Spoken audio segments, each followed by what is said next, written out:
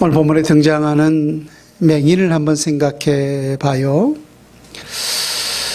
맹인은 바로 앞을 볼 수 없는 사람을 일컬어서 우리가 맹인이라고 하잖아요. 말 그대로 앞을 볼 수가 없기 때문에 그 사람이 할 수 있는 일이 극히 제한될 수밖에 없었어요. 그래서 모든 성경에 기록된 맹인들이 그러하듯이 오늘 본문에 등장하고 있는 이 맹인 역시 많은 사람들이 오가는 그 시장터에서 구걸하는 삶을 살 수밖에 없었던 것이죠. 근데 예수님과 제자들이 함께 그 길을 지나가다가 그 맹인을 보면서 제자들이 예수님께 이런 질문을 합니다. 선생님, 이 사람이 맹인으로 난 것은 도대체 누구의 죄 때문입니까? 자기의 죄 때문입니까? 아니면 그 부모의 죄 때문입니까? 라고 말입니다. 이들이 이렇게 질문한 이유가 있었어요. 모든 유대인들에게 있어서 어떠한 불행한 일들을 당했을 때 이처럼 엄청난 질병과 또 각종 사건, 사고, 재난, 이 모든 일들을 당했을 때 그 모든 결과가 곧 죄로 인한 것이라고 생각했던 거죠. 그래서 이 사람이 맹인으로 태어난 건 역시 분명히 죄의 결과로 인하여서 이렇게 맹인으로 태어났다라고 생각했기 때문에 누구의 죄 때문입니까? 라고 예수님께 물었던 거죠. 그러나 예수님이 이렇게 답합니다. 누구의 죄 때문도 아니라 자기의 죄 때문도 아니고 그 부모의 죄 때문도 아니고 다만 하나님이 하시는 일을 나타내려 하심이라 라고 했습니다. 그리고 예수님 바로 이 맹인을 독특한 방법으로 치료해 주시죠. 침을 뱉어 진흙을 이기고 그 진흙을 갖다가 눈에 발라주면서 실로암 못에 가서 씻으라 라고 했어요. 그래서 예수님의 그 말씀에 맹인이 순종하였더니 실로암 못에 가서 그 진흙을 씻었더니 밝은 눈으로 돌아왔더라 라고 했습니다. 한마디로 날 때부터 맹인이었던 이 사람을 예수님께서 우리와 동일하게 밝은 눈으로 볼 수 있도록 그렇게 치료해 주셨던 거죠. 여러분 생각해 보세요. 우리가 그러한 당사자라면 또 그런 은혜를 입은 우리가 가족의 구성원이라면 혹시 우리 동네에 우리가 그런 사람을 보았다면 우리가 얼마나 함께 기뻐하고 또 축하하고 또 경사 아니겠습니까? 그런데 오늘 본문을 보게 되면 웬걸? 그렇게 큰 은혜와 또 예수님부터 그런 큰 축복을 받았던 이 맹인이 종교적 기득권을 가지고 있었던 소위 바리새인들로부터 취조를 당하고 있는 것을 보게 돼요. 신문을 당하고 있어요. 무엇 때문에 이들이 오늘 맹인이었던 이 사람을 지금 취조하고 있었는가? 잠시 설명을 드린다면은 지금 바리새인들이 이 맹인을 취조한 이유가 실은 맹인에게 있었던 것이 아니에요. 바꿔 말하면은 이 맹인을 치료해 주었던 예수님을 찾기 위해서 지금 이 맹인을 신문하고 있었던 것입니다. 우리가 시간을 좀 거꾸로 돌려서 요한복음 7장을 한번 생각해 보세요. 요한복음 7장에서 유대인의 3대 명절 중에 하나인 큰 명절이 있었어요. 초막절 말입니다. 그래서 이 초막절이 되면은 디아스포라 흩어져 있었던 모든 유대인들이 다 예루살렘에 모여서 그 명절의 잔치를 함께 보내지 않았습니까? 그래서 이번 초막절에 모든 사람들의 최대의 관심사는 바로 예수님이었어요. 왜? 오늘 갑자기 예수님이 유대에 나타나서 놀라운 이적과 기적의 역사를 일으키면서 하나님의 나라를 선포하고 있었거든요. 근데 그 모습을 유대 종교 지도자들은 굉장히 안 입고 있게 생각을 했던 거죠. 그래서 그때부터 이 바리새인들을 비롯한 종교 지도자들에게 있어서 최대 관심사가 뭐였느냐면은 이 엄청난 이적과 기적의 역사를 일으키고 또 많은 백성들을 혼란케 만드는, 그들의 생각에 혼란케 만드는 이 예수를 어떻게 잡을 것인가, 이 예수를 어떻게 죽일 것인가 라고 하는 것이 바로 종교 지도자들의 최대의 관심사였단 말입니다. 그런데 오늘 요한복음 9장에서 또 어떤 일들이 일어났어요. 날 때부터 맹인이었던 사람, 날 때부터 맹인인 이 사람을 이 예수라고 하는 작자가 눈을 뜨게 해준 거예요. 오늘 우리가 본문을 아까 읽었듯이 이것은 역사적인 사건이었어요. 창조 이래로 맹인의 눈을 뜨게 한 사람이 없었던 것입니다. 그런데 이 엄청난 기적의 역사를 일으켰던 거예요. 그러니까 이 종교자 지도자들의 눈에 그 모습이 얼마나 안이 꼽게 보였겠는가라고 하는 거예요. 그래서 지금 이 맹인을 신문하면서 그 신문의 목적은 이 맹인에게 있었던 것이 아니라 맹인을 치료해 준 예수님을 찾고자 이 맹인을 실은 신문하고 있었던 거죠. 그렇다면 왜 무슨 연유 때문에 지금 이 맹인을 신문할 수밖에 없었는가? 오늘 보면 13절부터 한번 보세요. 그들이 전에 맹인이었던 사람을 데리고 바리새인들에게 갔더라. 예수께서 진ing을 이겨 눈을 뜨게 하신 날은 안식일이라. 그러므로 바리새인들도 그가 어떻게 보게 되었는지를 물으니 그 사람이 진흙을 내 눈에 바르며 내가 씻고 보나이다 하니 바리새인 중에 어떤 사람은 말하되 이 사람이 안식일을 지키지 아니하니 하나님께로부터 온 자가 아니라 하며 어떤 사람은 말하되 죄인으로서 어떻게 이러한 표적을 행하겠느냐 하여 그들 중에 분쟁이 있었더니, 아까 설명했듯이 맹인이었다가 눈을 뜬 이 사람을 지금 바리새인들이 붙잡고 치조를 하고 있잖아요. 근데 그 치조하게 된 가장 직접적인 이유가 뭐예요? 14절에 보면은 예수께서 진흙을 이겨 눈을 뜨게 하신 날은 무슨 날이라? 아하, 안식일이라.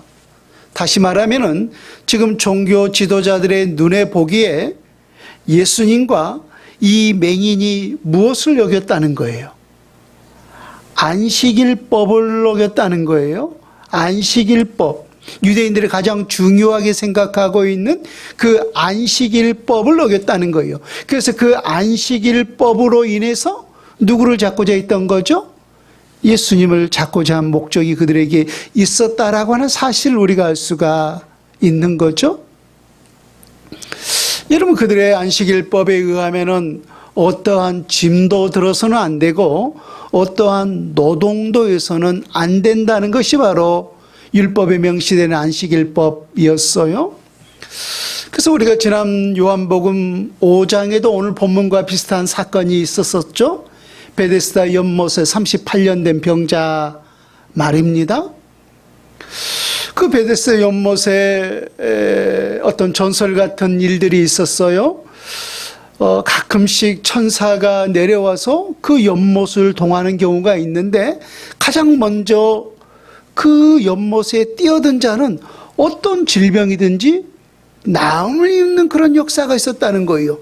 그래서 그 베데스다 연못에는 이 38년 된 병자뿐만 아니라 각색 질병을 가지고 있었던 수많은 병자들이 소위 진을 치고 있었다라고 했어요. 그런데 안타까운 것은 38년 된 병자가 천사가 그러한 기적을 일으켰다 할지라도 그런 혜택을 누릴 수가 없었어요. 왜? 아니, 사지가 마비되어서 누워있는데 누군가 먼저 그 몸을 들어서 연못에 던져줘야 되는데 그럴 수가 없었던 거예요. 그래서 그때마다 다른 사람이 먼저 그런 혜택을 누리고 자기는 항상 뒷전이었던 거예요. 그래서 예수님 앞에 소위 하소연을 하잖아요. 그런 경우가 있었는데 그때마다 다른 사람들이 먼저 들어가나이다. 나를 이 연못에 넣어주는 자가 없나이다 라고 말입니다. 근데 예수님께서 그 사람을 불쌍히 여기서 이렇게 말씀하셨죠. 일어나서 내 자리를 들고 걸어가라 라고 말입니다. 예수님의 명령은 두 가지였어요. 일어나라. 또 하나는 내가 누워있었던 그 짐을 들고서 가라는 거였어요.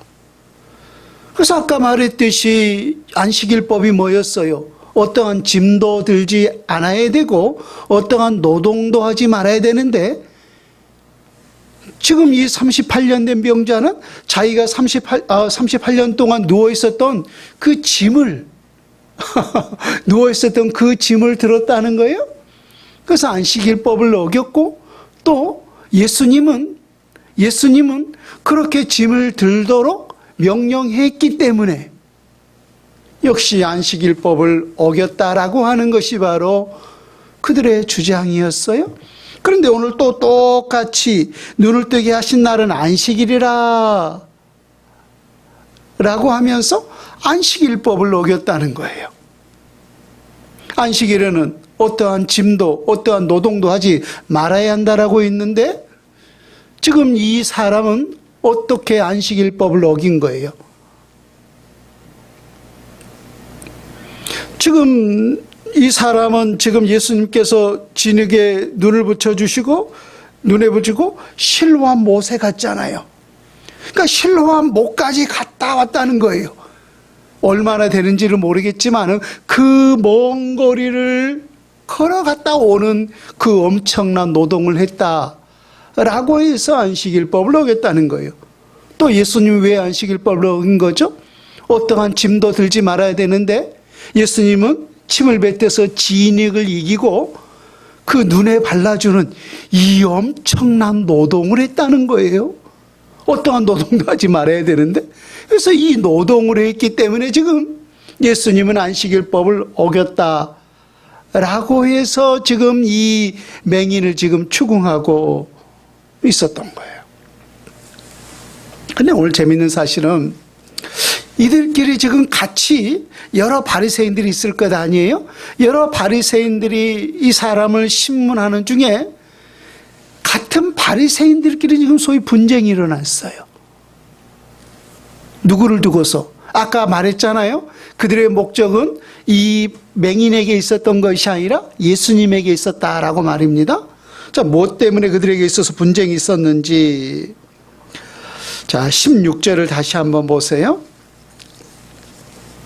자, 바리새인 중에 어떤 사람은 말하되 이 사람이 안식일을 지키지 아니하니 하나님께로부터 온 자가 아니라 하며 어떤 사람은 말하되 죄인으로서 어떻게 이러한 표적을 행하겠느냐 하며 그들 중에 분쟁이 있었더니, 그러니까 신문하고 있었던 바리새인들끼리 같이 분쟁이 있었는데 어떤 사람은 지금 뭐라고 하는 거예요? 아니, 이분이 정말로 하나님이 보낸 하늘로부터 온 사람이라면은 우리 모든 유대인들이 그렇게 중요시 생각하고 있는 안식일을 지켜야 하는 것이 마땅하지 않느냐라고 하는 거예요. 그런데 이 사람이 우리가 그렇게 중요하게 생각하고 있는 이 안식일을 지키지 않는 것을 보니까 이건 하나님으로부터 온 사람일 리가 없다는 거예요. 하나님이 보는 사람에는 안식일을 당연히 지켜야 할 때인데 안식일을 지키지 않는 걸 보니까 이 사람은 하나님의 사람이 아니라는 거예요. 그들의 주장이에요. 또 다른 사람은 말하기를 바리새인들 중에 죄인으로서 어떻게 이러한 표적을 행할 수가 있겠느냐라고 하는 거예요. 여기서 죄인이라고 하는 것은 우리가 생각하는 뭐 죄 중에 출생하는 그런 보편적 죄인이 아니에요.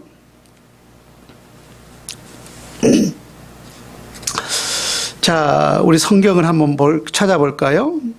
이사야서 29장 18절 말씀을 한번 찾아보세요. 구약 성경 1001페이지입니다. 이사야서 29장 18절에 보면은 이들이 분명히 죄인으로서 어떻게 이러한 표적을 행하겠느냐. 여기서 표적이 뭐였어요? 맹인의 눈을 뜨게 한 것이 바로 표적이라고 있어요. 여러분 혹시 표적이 무엇인지 생각이 나십니까? 영어로 사인이라고 있어요. 그래서 이 표적이라고 하는 것은 이러한 일을 행하는 자가 있다면 그가 곧 누구라고 하는 사인이라는 거예요. 메시아라고 하는 사인, 이것이 곧 표적이라고 있잖아요. 그래서 그들의 말을 그대로 옮긴다면은 우리와 똑같은 죄인이라면은 그가 어떻게 이러한 표적을 행하겠느냐라고 하는 말이었던 거예요. 그렇다면 그들 중에 지금 이분이 혹시 누구라고 하는 사실, 이분이 혹시 메시아가 아닌가라고 하는 그들의 생각 속에 이런 생각들이 있었다고 하는 사실을 우리가 알 수가 있잖아요. 자, 이사야 29장 18절 말씀에 보면은 그날에 못 듣는 사람이 책의 말을 들을 것이며, 그러니까 입이 열리는 거죠. 귀가 열리는 거죠. 말을 들을 것이며, 그러니까 또 어둡고 캄캄한 데서 맹인의 눈이 볼 것이며 라고 했어요. 언제? 그날에요. 그날에. 여기서 그날이라고 하는 것은 이사야 선지자가 지금 누구를 예언하고 있는 거예요. 장차 우리 가운데 메시아가 오면은 귀 먹은 자가 그게 귀가 열려서 그 말을 들을 것이고, 또 앞을 볼 수 없는 맹인이 있다면은 그 맹인이 앞을 보게 된다는 거예요. 누가 오게 되면은 메시아가 오게 되면, 그래서 메시아가 이 땅에서 하는 기적이 뭐냐면 귀를 열게 하고 눈을 보게 한다는 거예요. 이것이 바로 표적이었던 거예요. 자, 다시금 돌아와서 오늘 요한복음 9장 32절과 33절 말씀도 보세요. 예수를 만나서 눈을 떴던 맹인이 하는 말이에요. 성경에 기록된 내용을 창세 이후로 맹인으로 난 자의 눈을 뜨게 하였다 함을 듣지 못하였으니 이 사람이 하나님께로부터 오지 아니했으면 아무 일도 할 수 없으리다 라고 했어요. 창세 이후로 맹인으로 난 자의 눈을 뜨게 하였다 함을 들어보지 못했다는 거예요. 자, 여러분 보세요. 예수님도 엄청난 기적의 역사들을 많이 일으켰잖아요. 안진뱅이를 일으키고 귀신을 쫓아내고 또 죽은 자도 살리고. 근데 이런 역사들은 구약에 하나님의 선지자들도 동일하게 이런 역사들을 일으켰어요. 특별히 우리가 엘리야 또 엘리사 선지자를 한번 보세요. 그들도 역시 동일하게 귀신을 쫓아내고 또 심지어 죽은 자도 살렸잖아요. 죽은 자도 살렸어요. 그래서 예수님의 그 사복음서에도 엄청난 이적과 기적의 역사가 있었지만은 구약의 이 선지서들도 보면은 예수님과 동일하게 엄청난 이적과 기적의 역사가 참 많이 기록되어 있는 사실을 볼 수가 있어요. 근데 단 하나 그들이 행하지 못했던 하나의 사건이 있는데, 눈먼 자의 눈을 뜨게 한 사건은 누가 유일하는 거예요? 예수님이 유일했던 거예요. 그러니까 지금 이 눈을 떴던 맹인이 이도 성경의 밝은 자잖아요. 그래서 하는 말이 창세 이후로 이제까지 날 때부터 맹인이었던 그 사람을 눈을 뜨게 했던 그런 역사를 들어본 적이 없다는 거예요. 들어본 적이 없다는 거예요. 그렇다면은 그 맹인의 눈을 뜨게 해준 자가 곧 누구라고 하는 사실을 알 수가 있어요. 그가 곧 그들이 기다리던 메시아라고 하는 사실을 증명해주고 있는 거잖아요.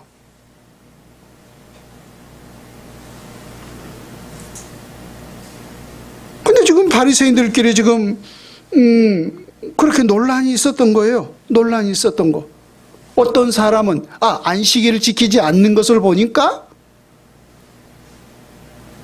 하늘로부터 온 사람이 아니다. 또 한 부류들은 이 사람이 분명히 이 놀라운 표적을 보니까 죄인으로서 우리와 똑같은 사람으로서 어떻게 이러한 표적을 행할 수 있겠느냐. 이 엄청난 표적을 보니까 이거하고 메시아가 맞다. 자기들끼리 지금 분쟁이 일어났던 거예요. 그런데도 결국은 예수가 메시아라고 하는 사실이 묵살되고 말았어요. 묵살되고 말았어요. 자, 오늘 이들의 결론을 한번 보십시오. 17절과 18절. 여기서 결론이라고 하는 것은 이 맹인을 신문하고 나서 그들이 내린 결론이에요. 이에 맹인이었던 자에게 다시 묻되 그 사람이 내 눈을 뜨게 하였으니 너는 그를 어떠한 사람이라 하느냐? 대답하되 선지자니이다. 유대인들이 그가 맹인으로 있다가 보게 된 것을 믿지 아니하고 라고 했어요.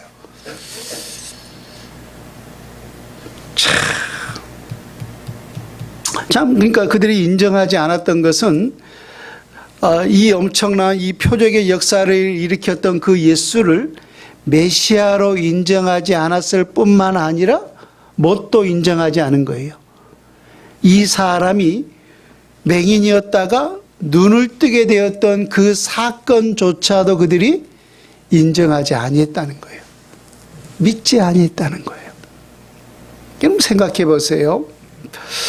지금이야 이렇게 좀 굉장히 도시가 많이 발달되어서 뭐 건물이 2층, 3층 막 빼곡히 이렇게 우리가 밀집되어서 살아가고 있지만은 우리가 어렸을 때 보면은 뭐 띄엄띄엄 이렇게 한 집씩 있잖아요.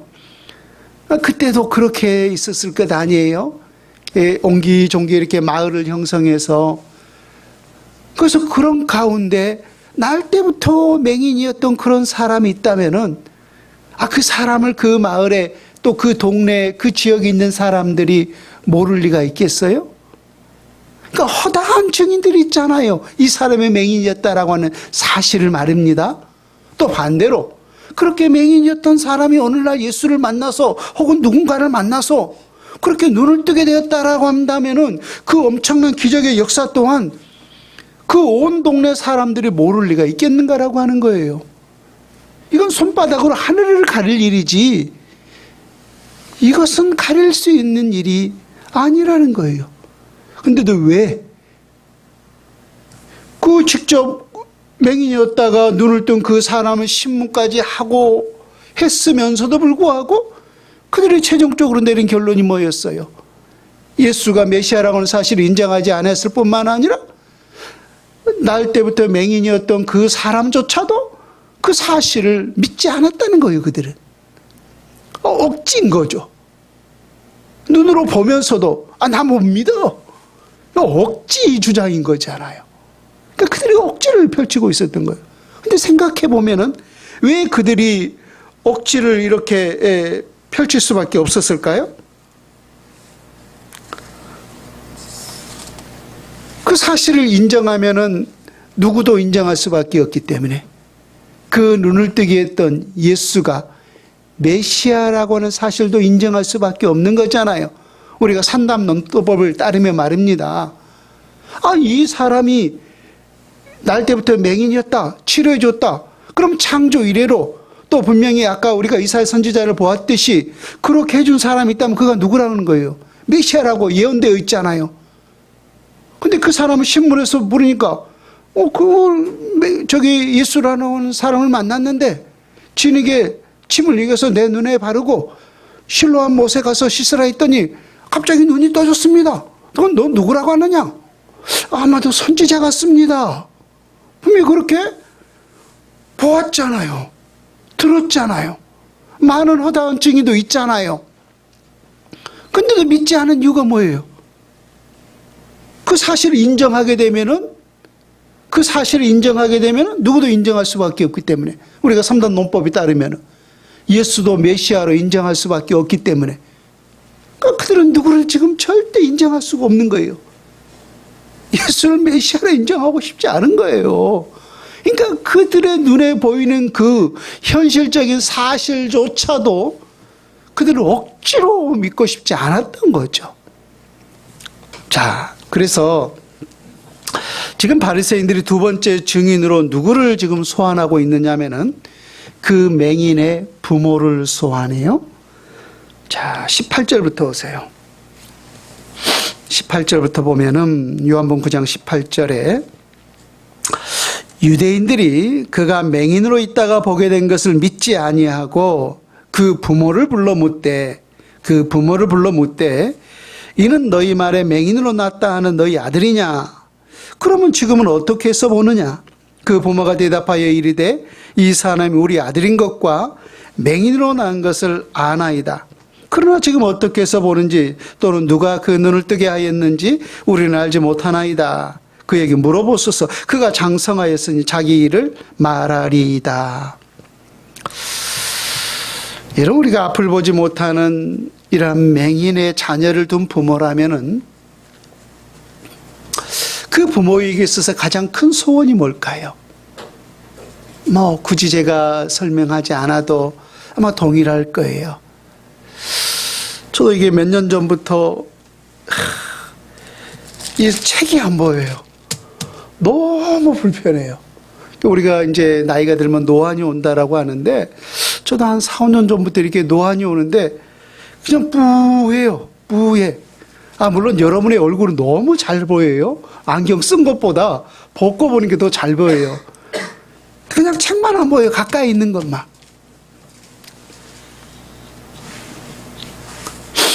얼마나 불편한지 몰라요? 근데 우리에게 앞을 보지 못하는 그런 자녀를 둔 부모라면은 아마 내 소원이 있다면은 내 평생에 내 자녀가 앞을 보는 것입니다라고 우리가 해마다 하나님 앞에 송구영시를 보내면서 하나님 앞에 기도의 제목을 올린다면은 전 다른 거 다 필요 없고 오직 그거 하나 올릴 것 같아요. 그런데 오늘 이 맹인에 둔 부모에게 놀라운 기적의 역사가 일어난 거예요. 생각지도 못했던 예수님을 만나서 앞을 보지 못한 날 때부터 맹인이었던 자기 아들이 어느 날 밝은 눈으로 돌아온 거예요. 여러분, 그렇다면은 누가 내 자식의 그 눈을 뜨게 해주었는지, 어떻게 해서 내 자식의 눈을 뜨게 되었는지 그 사실을 모를 리가 있을까요? 아마 우리가 그런 은혜를 입었다면은, 보통 부모의 마음이라면은 아마 온 동네 사람들을 불러서 정말로 똥꼬 찢어지게 가난하다 할지라도 전 재산을 틀어서라도 정말로 소를 잡고 돼지를 잡고 큰 잔치를 베풀 거예요. 또 아무리 없어도 그렇게 큰 은혜를 베풀어 주신 그 사람을 찾아가서 내가 할 수 있는 모든 것을 다해서 정말로 감사할 거예요.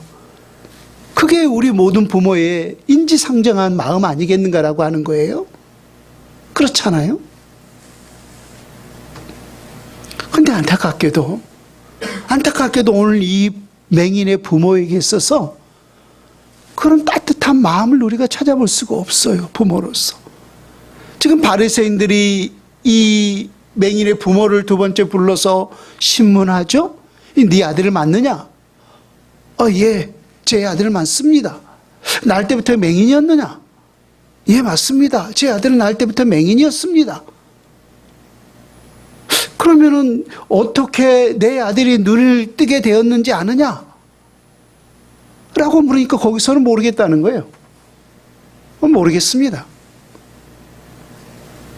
날 때부터 맹인이 맞고 내 아들인 것은 맞습니다만 어떻게 해서 눈을 뜨게 되었는지 저는 도대체 우리는 알 수가 없습니다. 내 아들이 다 큰 성인이니까 제 아들에게 한번 직접 물어보십시오 라고 하면서 거짓 혹은 회피하고 말았던 거예요. 참 안타깝죠? 근데 왜 그랬을까요? 보통 부모의 마음이라면 그게 지금 옳은 대답이 아니라고 하는 사실을 우리가 상식적으로 알잖아요? 근데 왜 부모는 그렇게 대답할 수밖에 없었는가라고 하는 거예요. 자, 그 이유가 있어요. 본문 이어지는 9장 22절부터 보세요. 9장 22절과 23절에 보면은 그 부모가 이렇게 말한 것은 이미 유대인들이 누구든지 예수를 그리스도로 시인하는 자는 출교하기로 결의하였으므로 그들을 무서워함이러라. 이러므로 그 부모가 말하기를 그가 장성하였으니 그에게 물어보소서 하였더라. 그러니까 바리새인들이 예수를 보면서 그 자기네들끼리 그 유대 종교 총회가 있을 거 아니에요? 하나의 땅 결의사항이 있었어요. 어떤 결의사항? 만약에 유대 백성들 가운데 누구라도 예수를 그리스도로 시인하는 자가 있다면 그는 우리 유대교에서 출교하기로 땅 결의를 내린 거예요. 유대교에서 출교했을 때 어떠한 형벌이 주어지냐면은 세 가지였어요. 첫 번째, 죽지 않을 만큼 매를 맞아야 했어요. 두 번째는 자기가 가지고 있는 모든 재산이 완전히 다 몰수당했던 거예요. 그러니까 바리새인들은 이게 종교협회가 아니에요. 소위 공권력이에요. 나라예요, 나라. 그러니까 바리새인들이 오늘 우리와 같은 이 모든 국회 그런 것들까지 다 장악하고 있었어요. 그러니까 이것은 어떤 종교협회가 아니라 우리가 생각하는 소위 국가 공권력이에요.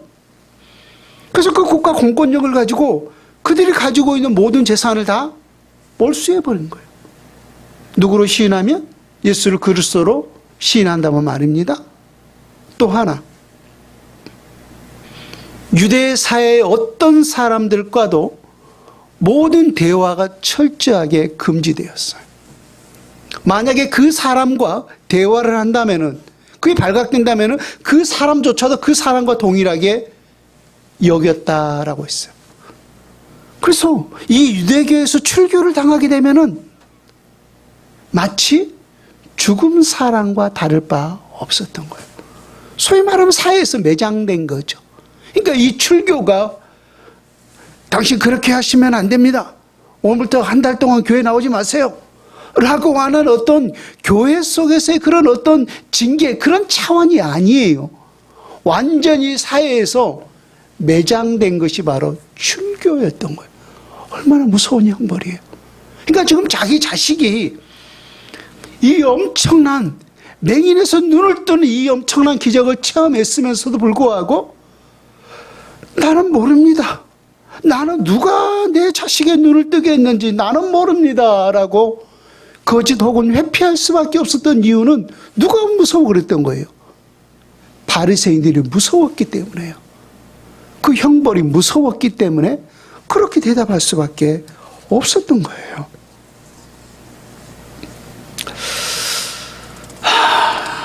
그러자 이것으로 지금 두 번째 그 부모에 대한 신문이 끝났고 세 번째 신문의 대상을 지금 불러서 신문을 하는데 누구냐면은 첫 번째 신문에 있던 그 맹인, 그 맹인을 지금 또 두 번째 소환해서 신문을 해요. 자, 9장 24절 보세요. 9장 24절에 보면은 이에 그들이 맹인이었던 사람을 두 번째 불러 이르되 너는 하나님께 영광을 돌리라. 우리는 이 사람이 죄인인 줄 아노라 라고 했어요. 지금 이 사람을 불러서, 이 맹인을 불러서 너 하나님께 영광을 돌리라.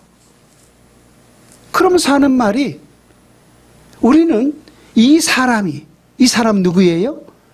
맹인의 눈을 뜨게 했던 예수, 이 사람이 죄인인 줄 아노라 라고 했어요. 너는 하나님께 영광을 돌리라. 이 사람이 죄인인 줄 아노라. 이게 무슨 말인지 혹시 이해가 되십니까? 여러분 혹시 답정너라고 하는 말을 들어보셨습니까? 우리 재성이 답정너가 뭐예요? 답은 정해져 있고 너는 대답만 하면 돼. 그거예요. 답은 정해져 있어요. 답은 정해져 있고 너는 대답만 하면 돼. 그게 답정너예요. 자, 너는 하나님께 영광을 돌리라. 우리는 이 사람이 죄인인 줄 아노라. 그러니까 지금 답은 정해져 있어요. 그러니까 이 사람이 뭐라고 하는 것이 하나님께 영광을 돌린다는 거예요. 자기 눈을, 그 맹인의 눈을 치료해줬던 이 예수라고 하는 사람이 죄인. 제가 우리 여러분 굉장히 부드럽게 우리 성경에는 표현되어 있습니다만은 그 원문의 의미를 그대로 살려서 말한다면은 이 사람은 사기꾼 같은 놈입니다. 그 말인 거예요. 누구를 가리켜서? 그 맹인의 눈을 치료해준 예수님을 가리켜서 이 사람은 사기꾼 같은 놈입니다. 그렇게 답을 정해주고 그렇게 말하는 것이 누구께 영광을 돌린다는 거예요. 그렇게 말하는 것이 하나님께 영광을 돌린다는 거예요. 야, 너 하나님께 영광을 돌려야 되지 않겠니? 너 하나님께 영광을 돌려야 되지 않겠어? 그러면은 예수를 가리켜서 이 사람은 사기꾼 같은 놈입니다. 그렇게 말을 해야 하나님께 영광을 돌리게 된다는 거예요. 이게 답정너잖아요. 우리가 때때로 경찰이나 이런 검찰에서 막 예전에 보면은 억지로 이랬다라고 우리가 위증을 시킨다라고 말하잖아요. 지금 그들이 그 종교적인 공권력을 가지고 지금 위증을 요구하고 있었던 거예요. 위증을. 자, 그러자 이 사람이 뭐라고 답을 하는지 25절부터 보세요. 25절 조금 깁니다. 34절까지. 이 맹인이 대답합니다. 대답하되 25절 그가 죄인인지 내가 알지 못하나 한 가지 아는 것은 내가 맹인으로 있다가 지금 보는 그것이니이다. 그들이 이르되 그 사람이 내게 무엇을 하였느냐 어떻게 내 눈을 뜨게 하였느냐 대답하되 내가 이미 일렀어도 내 듣지 아니하고 어째 다시 듣고자 하나이까 당신들도 그의 제자가 되려 하나이까 그들이 욕하여 이르되 너는 그의 제자이나 우리는 모세의 제자라 하나님이 모세에게는 말씀하신지를 우리가 알거니와 이 사람은 어디서 왔는지 알지 못하노라. 그 사람이 대답하여 이르되 이상하다. 이 사람이 내 눈을 뜨게 하였으되 당신들은 그가 어디서 왔는지 알지 못하는도다. 하나님이 죄인의 말을 듣지 아니하시고 경건하여 그의 뜻대로 행하는 자의 말을 들으시는 줄을 우리가 아나이다. 창세 이후로 맹인으로 난 자의 눈을 뜨게 하였다함을 듣지 못하였으니 이 사람이 하나님께로부터 오지 아니하였으면 아무 일도 할 수 없으리이다. 그들이 대답하여 이르되 내가 온전히 죄 가운데서 나서 우리를 가르치느냐 하고 이에 쫓아내어 보내니라. 지금 이 맹인을 신문하고 있었던 바리새인들을 이 맹인이 오히려 소위 농락을 시키고 있어요. 오만 공권력으로 지금 이 맹인이었다가 눈뜬 이 사람을 신문하고 있는데 오히려 검사 같은 그들을 농락을 시켜버리고 말아요.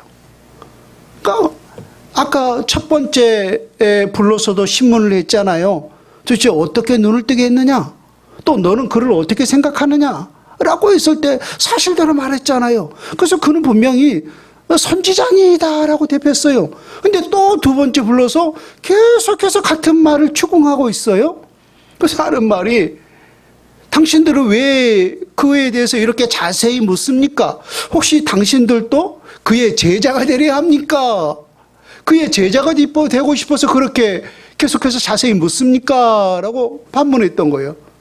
그래서 그들이 막 욕을 하잖아요. 연려들 하면서 욕을 하면서 너는 그의 제자가 된지를 모르나 우리는 모세 제자다라고 했던 거예요. 그들이 모세 제자 맞아요? 아니잖아요. 아니 모세가 있었더라면은 누구를 영접했어요? 또 모세의 모든 글에 누구를 가리켰어요? 예수를 가리켰잖아요. 그러니까 그들은 모세의 위치, 모세의 자리에만 앉아 있으면서도 모세의 제자가 아니었던 거예요, 실상은. 누구 자식이었던 거예요? 예수님 분명히 말씀했잖아요. 너희 아비는 마귀니라. 마귀는 처음부터 거짓말쟁이라고 했죠. 이들이 하는 모든 말 족족 다 거짓말을 일삼고 있는 거잖아요. 또 하나가 뭐예요? 아까 말했듯이 33절에 이 사람이 하나님께로부터 오지 아니었으면 아무 일도 할 수 없으리다. 그들이 대답하여 이르되, 그죠? 그러니까 그들은 아까 우리가 이사야 선지자만 우리가 단편적으로 한 군데를 찾아봤습니다만 성경 곳곳에 마지막 메시아가 그 날에 우리 가운데 오면은 어떤 역사를 일으킨다는 거예요. 눈먼 자의 눈을 뜨게 하는 그 역사를 일으킨다는 거예요. 근데 이런 역사가 창세 이후로 한 번도 있었어요, 없었어요? 한 번도 없었다는 거예요. 그러니까 너희 율법에 알고 있듯이 이런 역사를 일으킨 자가 있다면 그가 곧 메시아임을 성경에 기록하고 있지 않느냐. 그러니까 그들이 좋아하는 그 성경을 들어서 예수가 메시아임을 증명해버리니까 그들이 할 말이 없네요. 할 말이 없네. 그래서 그 결론이 뭐예요? 결론 34절에 그들이 대답해 이르되 내가 온전히 죄 가운데서 나서 우리를 가르치려 드느냐? 우리를 가르치려 드느냐? 하고 이에 쫓아내어 보내니라. 이거 쫓아내어 버렸다는 것은 그 유대교에서 출교시키고 말았다는 거예요. 출교시키고 말았다는 거예요.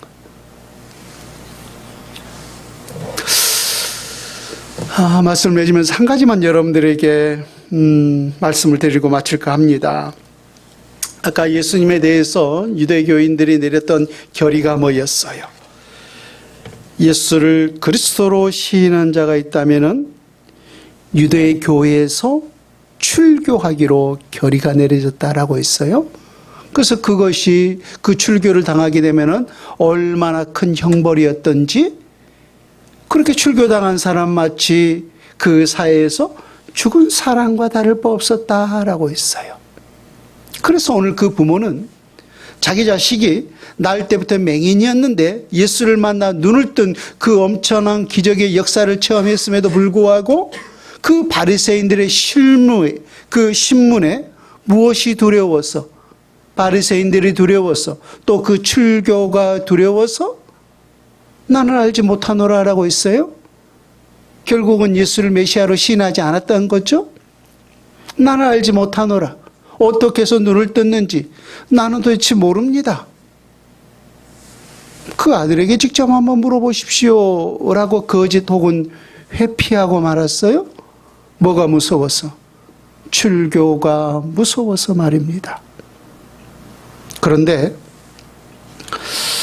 오늘 이 눈을 뜨게 되었던 이 맹인은 분명히 그도 똑같이 그렇게 예수를 메시아로 시인하게 되면은 출교된다라고 하는 사실을 알았음에도 불구하고 오히려 그들을 농락시키고 말았어요. 그런 선지자 아니다. 내 눈을 뜨게 해준 자는 바로 예수입니다. 창세 이후로 이와 같이 눈을 뜨게 한 사람은 아무도 없었습니다. 그 말은 그가 곧 메시아임을 지금 증언하고 있었던 거죠. 그래서 그 출교가 그 앞에 있어도 그 출교를 두려워하지 않고 담대하게 예수가 메시아임을 증언했다는 거예요.